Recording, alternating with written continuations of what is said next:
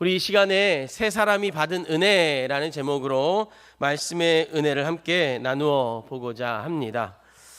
기독교로 개종한 유명 인사들에 관해 글을 쓰던 한 미국 저널리스트가 있습니다. 이 저널리스트가 어느 날 C.S. 루이스라는 사람을 찾아갑니다. 그리고 그 사람을 찾아가서 결단이란 주제를 가지고 인터뷰를 요청을 합니다. 저 사람이 바로 이제 C.S. 루이스라는 사람인데요. 그 기자는 루이스가 어떻게 그리스도를 믿겠다고 결단을 했는지 그것을 듣고 싶었습니다. 그래서 저 사람 루이스에게 찾아가서 어떻게 예수를 믿기로 결단하셨습니까? 어떻게 예수를 믿기로 작정을 하셨습니까? 라고 이렇게 질문을 했습니다.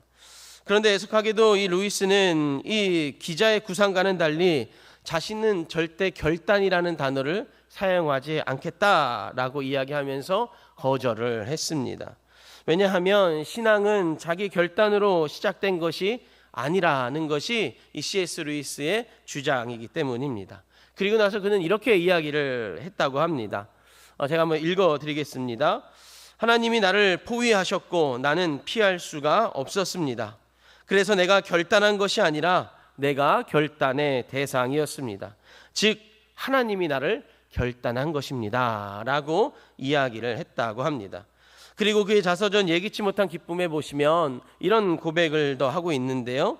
하나님의 강요는, 그분의 강요는, 그분의 결단은 우리의 해방이다 라고 고백을 하기도 합니다. 오늘 우리가 읽은 성경 본문 역시 영혼을 향한 하나님의 그 사랑, 그 하나님의 은혜, 그리고 그 은혜로부터 시작된 하나님의 결단에 대한 내용들을 우리가 성경을 통해서 볼 수가 있습니다.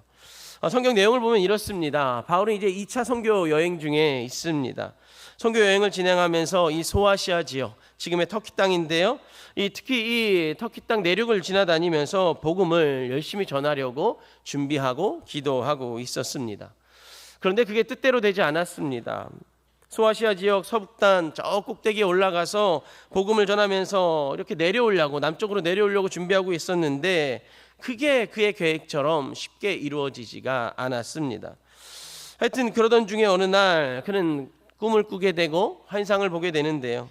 환상 중에 이런 모습을 보게 됩니다. 이 마게도냐 사람 한 사람이 나와서 우리를 와서 좀 도와달라고 이런 이야기를 환상을 보게 됩니다. 바울은 이 환상을 보고 나서 하나님의 메시지이구나 라고 생각을 하게 되고 이제 마게도냐로 건너가게 됩니다. 그리고 마게도냐 첫 성인 빌립보라는 곳에 도착을 하죠. 이 빌립보에 도착을 하자마자 이 바울과 그의 일행에는 난감한 문제가 생깁니다. 왜냐하면 빌립보에는 회당이 없었기 때문입니다. 안식일 되면 가서 기도해야 되는데, 예배해야 되는데 회당을 찾아볼 수가 없었습니다. 그래서 바울은 기도처를 찾다가 기도처를 찾으려고 이렇게 두리번 되기 시작을 합니다. 그리고 나서 기도처를 찾아가다가 루디아라는 여인을 만나게 되고요. 그에게 복음을 전하게 됩니다. 그리고 그에게 세례를 주고 빌립보 지역의 성도로, 교인으로 루디아라는 여인을 세워주게 됩니다. 그리고 나서 바울은 이제 날마다 강가에 나아가서 복음을 전하기 시작을 합니다. 성경에 기록되어지진 않았지만 아마도 강가에는 수많은 사람들이 있었을 것입니다. 그리고 바울이 전하는 이야기를 듣고자 하는 사람도 있었을 것이고 그 복음을 듣고 나 예수 믿을게요 라고 손을 들고 믿음을 고백한 사람들도 분명히 있었을 거라 생각이 되어집니다. 하여튼 며칠이 지났습니다. 여전히 바울은 기도의 자리를 찾으러 다니면서 강가로 나갔습니다. 그리고 강가에 나아가서 이제 복음을 전하려고 하는데 어느 귀신 들린 여종이 바울의 소리를 듣고 바울을 향해서 소리를 치기 시작을 합니다. 뭐라고 소리를 치냐면 지극히 높으신 이의 종 구원의 길을 전하다 라면서 막 소리를 치기 시작을 합니다. 바울은 그 귀신 들린 여종의 이야기를 들으면서 맨 처음에는 무시했습니다. 왜냐하면 미쳤다라고 생각을 했기 때문에, 상태가 좋지 않았기 때문에 그냥 무시했습니다. 그런데 이 귀신 들린 사람의 목소리가 점점 커지기 시작을 했습니다. 그래서 도저히 그를 무시할 수가 없는 상황이 되어졌죠. 그래서 바울은 하나님이 맡기신 자의 사역에 방해가 있을까 하여서 그 여인의 몸에서 귀신을 내어 쫓아줍니다.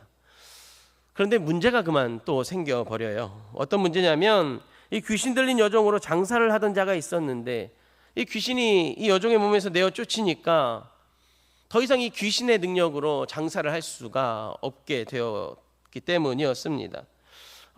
소득이 끊어진 거죠. 그래서 이 귀신 들린 종으로 여종을 통해서 장사하던 이 장사꾼은 바울의 일행을 가서 고발을 합니다. 우리 19절 말씀에 보시면 이런 말씀이 있습니다. 우리 같이 한번 읽어볼까요? 같이 읽겠습니다. 시작.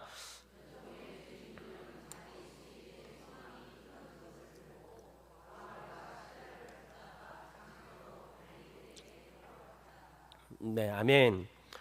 귀신 들린 여인으로 장사를 하다가 그만 장사를 하지 못하게 되었습니다. 그래서 이 사람이 단단히 화가 난 것 같아요. 자기 수익이 끊어졌으니까 얼마나 화가 나겠습니까? 가서 이제 바울과 또 그와 함께한 신라를, 그와 함께한 일행들을 이제 고발하는 거예요. 그런데 이게 바울을 고소한 제목이 본인의 직접적인 문제와는 사뭇 다른 문제로 바울을 고발을 합니다.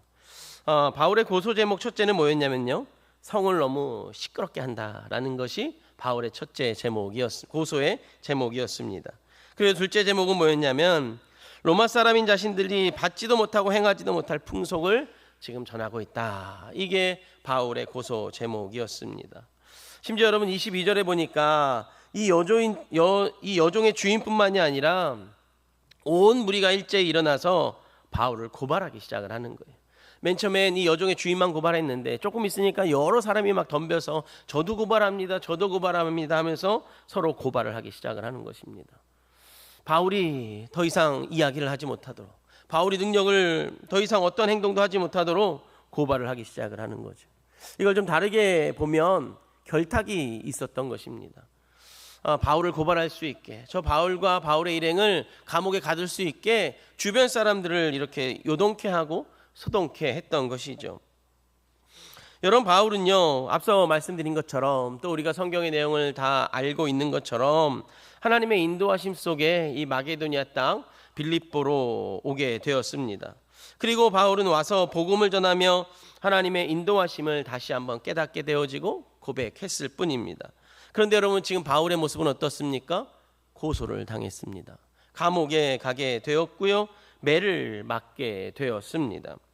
만약에 여러분이 바울이라면 여러분 어떻게 하시겠습니까? 하나님 원망하지 않으시겠습니까? 물론 하나님의 메시지에 순종하고 또 하나님의 음성에 놀라운 역사를 체험하면서 왔지만 지금 바울은 감옥에 가게 됐거든요. 매를 흠뻑 맞게 되어졌거든요. 이제 고생만 하게 되어졌거든요. 그러면 하나님의 은혜, 하나님의 말씀을 듣고 왔다 하더라도 자신의 신세에 원망하지 않았겠습니까? 자신의 신세를 한탄하지 않았겠습니까? 하나님을 원망하고 여종을 원망하고 환상에 나온 그 마게도냐 사람들을 원망하며 하나님 앞에 서 있지 않았겠습니까? 그런데 여러분, 하나님은요, 이 환난의 상황을 만드시고 세 사람에게 은혜를 부어주시기 시작을 합니다. 그리고 바울은 이 상황에 대해서 전혀 원망하거나 신세를 탓하지 않습니다. 오히려 신앙으로 더욱더 결단하게 하나님 이끌어 가시는데요, 문제 앞에 원망이 아니라 희망을 바라보게 바울을 이끌어 가시죠. 이 문제 앞에 은혜 받은 사람 세 사람, 이 오늘 말씀 제목인데요, 첫 번째 사람이 누구냐면 이 문제 앞에 감옥을 갈 수밖에 없고 소동치는 이 빌립보 성 안에서 은혜 받은 사람 첫째는 바로 사도 바울과 그의 일행들입니다. 여러분, 앞서 말씀드린 것처럼 바울과 그의 일행은 옷을 찢기게 되었습니다. 그리고 매를 흠껏 맞았습니다. 그리고 발에는 착고가 차였고요, 감옥에 갇혀 있습니다. 여러분, 얼마나 억울하겠습니까? 얼마나 답답하겠습니까? 그런데 여러분, 바울의 모습은 전혀 답답하지 않습니다. 바울의 모습은 전혀 억울해하지도 않습니다. 여러분, 우리 25절 말씀 한번 읽어볼까요? 우리 25절 보시면 이렇게 쓰여져 있습니다. 제가 읽어드리겠습니다. 한밤중에 바울과 실라가 기도하고 하나님을 찬송하며 죄수들이 듣더라 라고 고백해요. 바울이 지금 감옥에 있거든요. 매를 좀 전에 실컷 맞았거든요. 발에는 착고가 수갑이 차여져 있는 거예요. 그런데 여러분, 지금 바울이 뭐 한다고 쓰여져 있습니까? 하나님을 찬송한대요. 하나님을 찬송하고 기도하고 하나님을 찬송한다라고 쓰여져 있습니다. 보통 사람 같으면 고통과 자기 처지를 원망할 수도 있고요. 때론 선교사로서의 사역을 하지만 선교사로서의 회의와 좌절감에 빠질 수도 있을 듯해 보입니다. 앞서 말씀드린 것처럼 하나님을 원망할 수도 있어 보입니다. 그런데 바울과 실라는 그렇지가 않았다라는 거예요. 그들은 이 고난이 자기들의 실수로 받은 고난이 아니기에 하나님께서 지켜주지 않는 것에 대해서 항의할 수도 있었지만 전혀 항의하지 않았다라는 겁니다. 원망하지 않았다라는 거예요. 오히려 그들은 환난날에 간구할 때 응답하시는 하나님을 기억하고 있었습니다. 그리고 지금 자신들의 삶의 여정이 환난이지만 고통이지만 문제이지만 하나님 응답하실 하나님을 간구하면서 하나님 앞에 기도하고 하나님 앞에 찬송하고 있었다라는 겁니다. 심지어 여러분 여기 우리가 좀 전에 읽은 이 25절에 보시면 찬송이라는 단어가 나오는데요. 이 찬송이라는 단어의 쓰임을 좀 보면 바울과 실라는 찬송하기를 언제 시작해서 언제 끝냈냐면 감옥에 들어가면서부터 찬송하기 시작했고요. 그리고 지진이 일어나면서도 찬송하기 시작했고요. 심지어 지진이 일어나는 중에도 찬송하고 있었다라는 것을 의미하고 있는 단어입니다. 시제가 그래요. 시제가. 여러분 그들은요 육신은 비록 갇혀 있었지만 그들의 영혼은 갇혀 있지 않았다라는 거죠.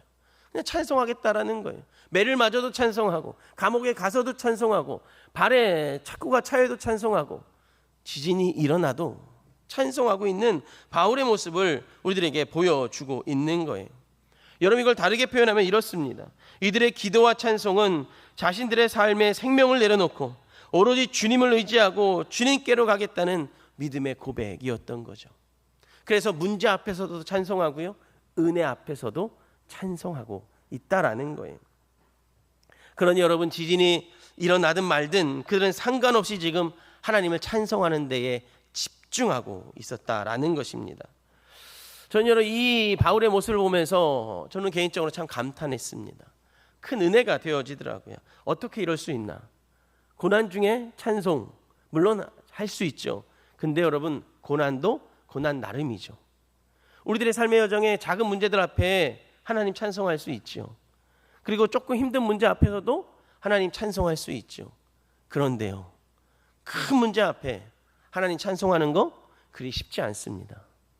내 인생이 감옥에 갔는데 하나님 찬송하는 거 쉽지 않아요. 내 발에 내 손에 수갑이 차여져 있는데 하나님 찬송하는 거 그리 쉽지 않아 보입니다.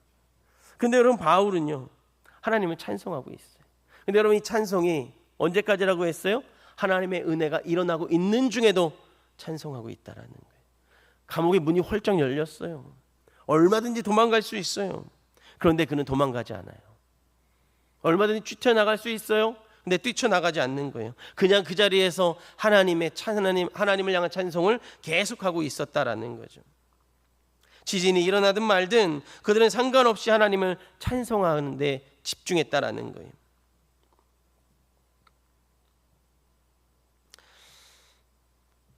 여러분 중요한 것은요 현재 바울과 그의 일행들의 모습이 너무 신실하다는 거죠.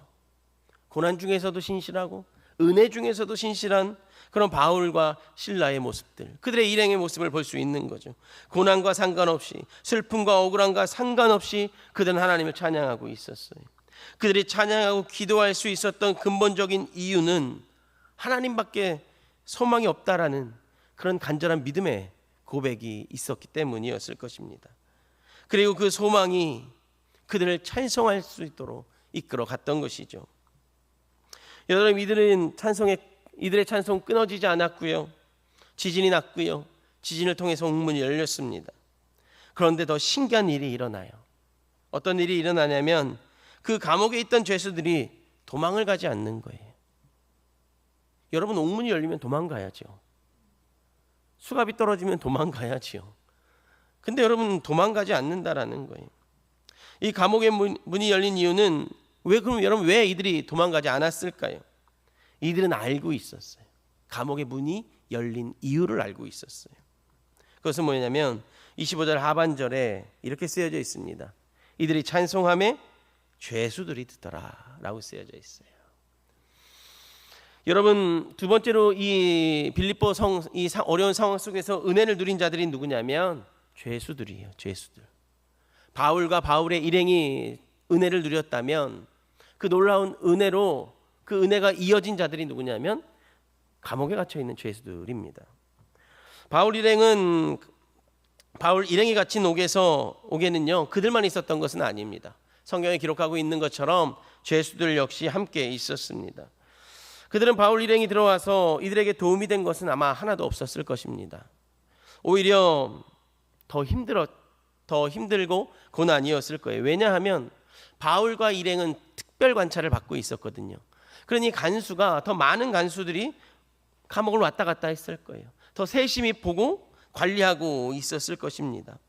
여러분 그것도 힘든데 심지어 여러분 옥에 갇힌 바울과 실라가 뭐 하고 있었다고 그래요? 기도했대잖아요. 옥에 갇힌 바울과 실라가 찬송했다고 하잖아요. 그러면 여러분 옥인데 사방이 막힌 옥이잖아요. 그리고 한 사람이 바울과 실라 이 일행이 사방이 막힌 옥에서 소리내어 기도하는 거예요. 소리내어 찬양하는 거예요. 찬송하는 거예요. 그럼 여러분 어떨까요? 그 감옥이 시끄럽죠. 믿음이 없는 자의 시선엔 엄청 시끄러울 거예요. 그리고 감옥에 있는 사람들 죄수잖아요. 죄인들이잖아요. 일단 마음에 이렇게 뿔이 있는 사람들이 누가 나 한 번만 건드려 봐라. 나는 2대로 갚아주리라. 이런 생각을 갖고 감옥에 있는 자들인데 자꾸 시끄럽게 하는 거예요. 여러분 시끄러우면 좋아요, 안 좋아요? 여러분 시끄러우면 좋아요, 안 좋아요? 안 좋죠. 안 좋아요. 시끄러운데 좋아하는 사람이 누가 있어요? 근데 여러분 이 감옥에 있는 사람들, 이 마음에 뿔이 난 사람들 옆에서 막 시끄럽게 떠들면, 옆에서 막 기도한다고 막 떠들면, 옆에서 찬양한다고 막 떠들면 짜증이 많이 올라오지 않을까요? 주먹이 불끈 쥐어지지 않을까요? 옥문만 열려봐라. 내가 너를 한 대 가서 때려주리라. 여러분 이렇게 생각하지 않았을까요? 메아리를 쳐서 아마 엄청 크게 들렸을 것 같아요. 굉장히 시끄러웠을 것 같아요. 그런데 놀라운 건 뭐냐면 이 바울의 기도 소리가, 이 바울의 찬양의 이 찬송 소리가 이들의 마음을 반성케 했다라는 거예요. 찬양과 기도의 울림이 이들의 심령을 세상이 아니라 하나님 앞에 앉게 했다라는 거죠. 바울의 찬양과 기도가 이들의 심령을 반성케 했다라는 거예요. 여러분 25절에 찬송함에 죄수들이 듣더라라고 고백을 하고 있다라는 거죠. 그리고 여러분 지진이 일어나고 옥문이 다 열렸어요. 그러면 여러분 죄수들은 도망가야 정상이잖아요. 근데 도망가지 않아요. 그대로 있었다라고 성경은 이야기를 해요. 여러분 28절 말씀 한번 읽어볼까요? 우리 28절 말씀 같이 한번 읽어보겠습니다. 시작.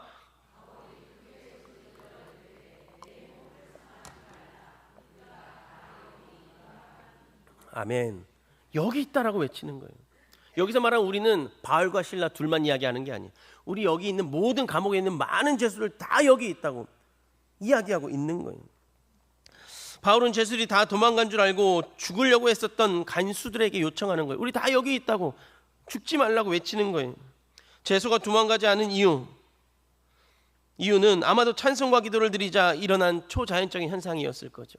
하나님이 가서 죄수들 한 영혼 한 영혼 어루만져 주시고 그들의 마음을 반성케 하신 하나님의 놀라운 은혜였을 것입니다. 그리고 여러분 생각을 해보면 또 다른 이유가 있었을 것 같아요. 그 이유는 뭐냐면 초자연적인 현상을 이들이 지금 목격하고 있잖아요. 그 초자연적인 현상에 여러분 어떨까요? 무섭지 않았을까요? 어떤 행동을 하기에 두렵지 않았을까요? 하여튼 이러한 이유로 이들은 지금 머물러 있었던 것입니다. 이걸 여러분 다르게 표현하면 이렇게 말씀드릴 수 있을 것 같아요. 하나님의 이름을 부르는 자들을 통해 하나님의 역사를 경험했기에 이들은 그 현장에서 빠져나갈 수가 없었던 거죠. 만약에 그 현장에서 빠져나가면 하나님의 은혜를 체험할 수가 없잖아요. 근데 이들은 비록 죄인이지만 바울과 실라의 찬양과 기도로 하나님의 놀라운 역사가 일어났고 이들은 원하든 원하지 않든 그 은혜의 자리, 그 역사의 자리 안에 있는 거예요. 그리고 그 은혜를, 그 역사를 옆에서 덩달아 받고 누리고 지금 체험하고 있는 순간이기 때문에 그러하죠. 그런데 여러분 반대로 생각하면 바울과 그의 일행은 감옥을 유인히 나갔어야 정상이죠. 하나님이 하신 일이니까, 하나님 문 열어주셨으니까 나갔어야 되는 거예요. 그런데 그들도 역시 그냥 그 자리에 앉아서 지금도 찬송하고 있는 거죠. 지금도 기도하고 있는 거죠. 여러분, 그 이유가 무엇일까요? 바울과 그의 일행에 주어진 그들의 삶의 모든 환경을 복음을 전하기 위한 수단이라는 것을 이들은 알고 있었기 때문에 그러하죠. 예수 그리스도를 믿는 나는, 예수 그리스도를 믿는 우리는 감옥에 있든 어디에 있든 내 삶의 모든 환경은 복음을 전하기 위한 수단으로 하나님 사용하시지. 내 입을 통해서, 내 말을 통해서, 내 행동을 통해서 모든 순간순간을 복음을 전하는 그 통로로 사용하고 계시지 라는 것을 바울이 너무나도 잘 알고 있었기 때문에 그래요. 그래서 하나님의 은혜가 펼쳐지자 그 은혜를 통해서 빠져나가는 것이 아니라 그 은혜를 누리며 그 자리에서 나를 통한 하나님의 일하심을 지금 하고 있다라는 거예요. 경험하고 체험하고 그리고 또 이루어가고 있다라는 거예요. 때론 내가 부족하다는 생각에 은혜의 자리를 찾지 못하더라도 그럼에도 불구하고 여러분, 은혜의 자리에 머물러 있으면 그 은혜의 영향력으로 인해 내 삶에도 놀라운 은혜가 체험되어짐을 여러분 꼭 기억하시기를 바랍니다. 여러분, 지금 내가 은혜 받아 변화하면 그로 인해 내 주변도 하나님의 은혜로 가득 채워진다라는 거예요. 바울이 감옥에서 하나님 앞에 기도하고 찬송했잖아요. 그리고 하나님 놀라운 은혜를 부어 주셨잖아요. 그럼 그 은혜는 사실 바울과 그의 일행에게만 있어야 돼요. 그리고 그 은혜는 바울과 그의 일행만 누려야만 되는 거예요. 그런데 여러분, 그 은혜 지금 누구도 누리고 있다고 그랬어요? 죄수들도 누리고 있는 거예요. 믿는 자 옆에 하나님이 부어주신 은혜는, 그 은혜를 받는 믿는 자 옆에도 분명히 하나님의 은혜가 부어진다 라는 걸 여러분 꼭 기억하시기를 바랍니다. 그리고 여러분, 마지막으로 이 본문을 보면서 은혜를 누린 자들이 누구냐면 간수장이에요. 바울과 일행이 은혜를 누렸어요. 하나님의 역사를 체험했습니다. 그리고 하나님의 역사를 체험하면서 그 옆에 있던 죄수들이 또 하나님의 은혜와 역사를 체험했어요. 그리고 나서 마지막으로 체험한 자들이 누구냐면 이 감옥을 지키고 있는 간수장이 이 은혜를 체험합니다. 간수장은 생각지도 못한 지진으로 인해서 옥문이 열려 버리게 됩니다. 그리고 어차피 죽게 되었으니까 그냥 자결하자라고 결심을 하죠. 그리고 칼을 빼내어 자결할 준비를 합니다. 그러나 오히려 죄인들이 하나도 나가지 않았고 그 자리에 있음을 놀라게 되어지죠. 그리고 그는 알았습니다. 죄수들이 나가지 않은 것이 바울과 그의 일행이 찬양하고 기도한 하나님의 은혜라는 걸. 그 하나님의 놀라운 은혜가 바울과 일행에만 임한 것이 아니라 저 죄수들에게도 임했다라는 것을 그는 목격하고 체험하고 있었다라는 것입니다. 그리고 그 순간 그는 그 은혜를 사모하게 되어졌습니다. 그리고 이 간수는요, 바울과 실라 앞에 가서 엎드립니다. 그리고 나서 이 둘을 데리고 나가죠. 그리고 나서 물어요. 뭐라고 질문하냐면 이렇게 질문합니다. 어떻게 해야 구원을 받을 수 있습니까? 라고 고백을 합니다. 여러분, 이 고백을 다른 말로 하면 어떻게 해야 내가 당신이 받고 있는 그 놀라운 하나님의 은혜, 저 죄수들이 받고 있는 그 놀라운 하나님의 은혜, 나도 어떻게 해야 받을 수 있겠습니까? 라고 묻는 거예요. 그러자 바울이 이렇게 대답을 해요. 우리 31절 말씀인데요. 우리 31절 말씀 한번 읽어볼까요? 시작. 이르되 주 예수를 믿으라. 그리하면 너와 내 집이 구원을 받으리라 하고. 아멘.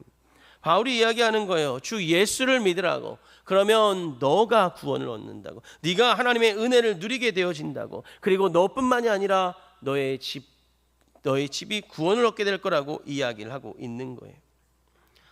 여러분, 바울과 그의 일행은요, 간수뿐만이 아니라 그의 가족에게도 찾아가죠.